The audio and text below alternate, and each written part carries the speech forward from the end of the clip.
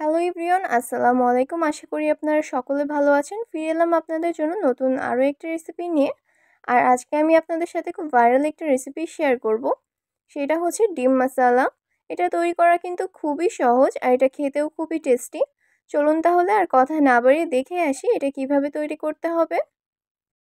এটা তৈরি করার জন্য প্রথমে আমি 4টা শুকনা মরিচ নিয়েছি। এখন আমি শুকনা মরিচগুলোকে এভাবে ভেঙে নিচ্ছি।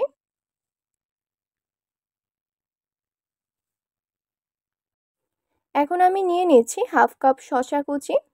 শসাগুলোকে খুব চিকন করে কেটে নিতে হবে। দিয়ে দিচ্ছি 1 টেবিল চামচ পেঁয়াজ কুচি।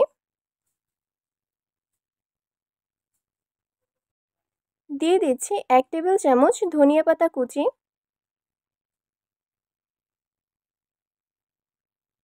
দুই টেবিল চামচ টমেটো সস।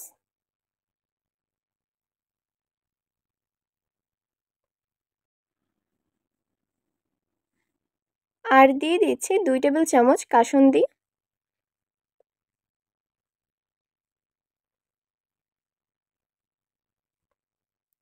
এখন এই সব কিছু আমি হাত দিয়ে খুব ভালো করে মিশিয়ে নিচ্ছি।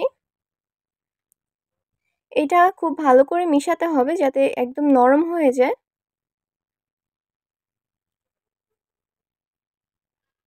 এখন এর মধ্যে দিয়ে দিচ্ছি স্বাদমতো লবণ। এখন লবণটাও আমি সবকিছুর সাথে খুব ভালো করে মিশিয়ে নিচ্ছি। সবকিছু ভালো করে মিশিয়ে নেওয়া হয়ে গেলে এটাকে একটা সাইডে সরিয়ে রাখছি। আর 2টা সিদ্ধ করা ডিম নিয়ে নিচ্ছি। এখন আমি একটা নাইফের সাহায্যে ডিমের মাঝখান থেকে সামান্য একটু কেটে নিব। ডিমটা মাঝখান থেকে কেটে নেওয়া হয়ে গেছে। এখন একটু আগে আমি যেই শসার মিশ্রণটা তৈরি করেছিলাম সেটা এর মধ্যে দিয়ে দিচ্ছি। এটা একটু সাবধানতার সাথে দিতে হবে যাতে ডিমটা ভেঙে না যায়। 2টা ডিমের মধ্যে আমি শসার মিশ্রণটা দিয়ে দিয়েছি।